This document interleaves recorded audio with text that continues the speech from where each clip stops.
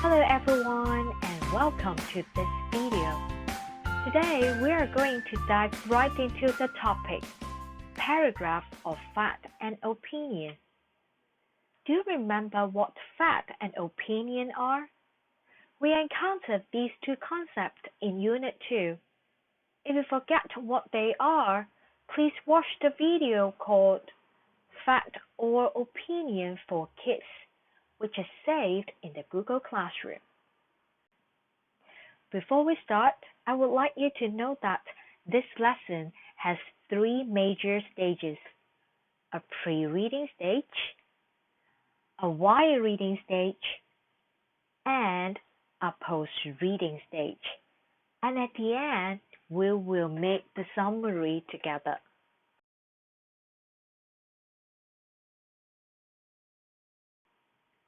Pre-reading stage. In order to understand how paragraphs of fact and opinion might look like, today we will read a model writing, which is on your textbook page 120. Please get your textbook ready. Look at the title of the model writing, A Good Idea. And also look at the graphic at the top right. We see two sticky notes. So we predict that the writer might tell us why he thinks the sticky note is a cool invention in the writing.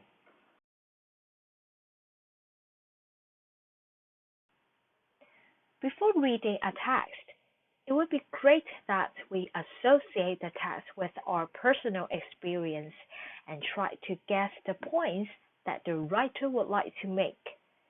So, can you tell why people think the sticky note is a good invention? I guess you might say, sticky notes are cost-effective and easy to use. Their design makes them great for highlighting important information. In addition, writing on sticky notes is one of the easiest ways to get stuff out of your head. All of them are some possible good points that sticky notes have.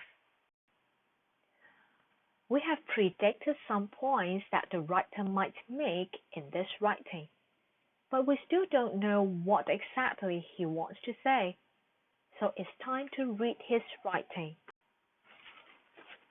While reading, you will read the writing model twice. Read for comprehension in the first time, and then underline the facts that support the opinions in the second time. Now, pause the video and read the paragraphs on your own. In the first sentence, the writer says, "In my opinion, sticky notes are a great invention." The writer thinks the sticky note is great. This is his opinion. How do I know that this is his opinion? Because when someone is talking or writing about their opinion, there are certain words you might hear. Opinions may start with I like, I think, I believe, in my opinion. Or you may hear other opinion words like the best or my favorite. After the writer states his opinion, he is going to elaborate his point by saying this: "They're a really good idea, and they're easy to use." He thinks the sticky note is a good invention because the idea is good and is easy to use. As a reader, you might ask, why does the writer think the sticky note is a good idea? And why does he think it's easy to use? No hurry, just keep reading. A good writer always provides enough supporting details to explain his points of view. Read these two sentences. They are the supporting facts. A fact is a piece of true information that can be proven. The facts support this opinion. They show that sticky notes are easy to use. Let's read the next sentence. The writer used the words "I think" to state his opinion. And can you find a fact to support this opinion? Yeah, you got it. This sentence is a fact. It shows that sticky notes are useful.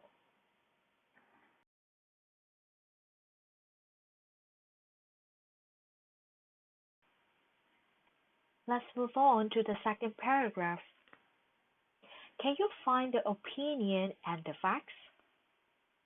From the key words "I believe," we know that this is an opinion, and all the other sentences are about the interesting history of sticky notes, except the last sentence.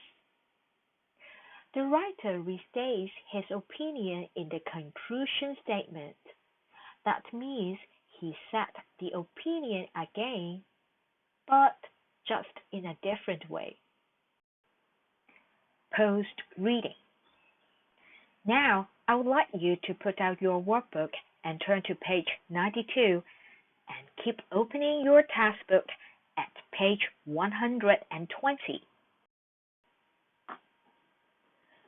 Please refer to the paragraphs again and complete the table. In the left-hand side column, you write down the opinions that the writer makes. And on the right-hand side column, you state the supporting facts that support the opinions. Please pause the video and do the exercise now. As what I mentioned, we are going to put all the opinions in the left-hand side column and all the facts in the right-hand side columns, just like this.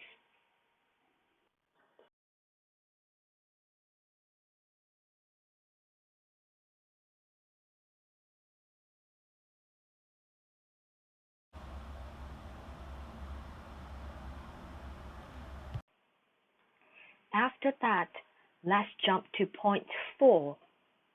The writer used the table to organize his ideas. Then, he used the information in this table and the expressions of opinion to write sentences. Can you find 3 examples of opinions in his writing?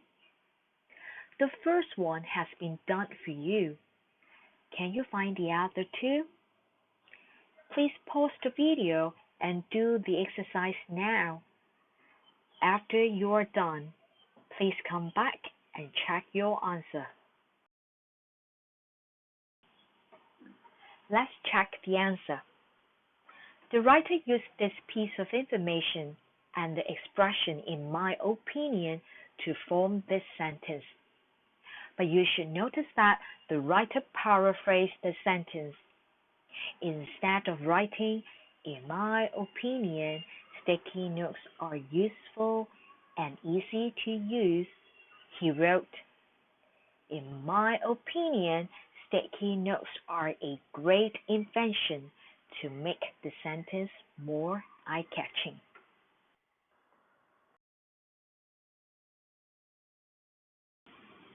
Here is the second example of opinions in the writing.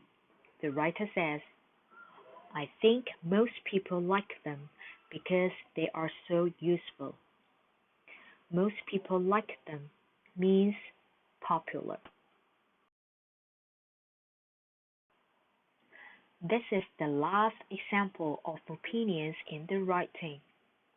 The writer says, "I believe that the story of sticky notes is interesting too." This time, the writer used this piece of information and the expression "I believe" to make this sentence.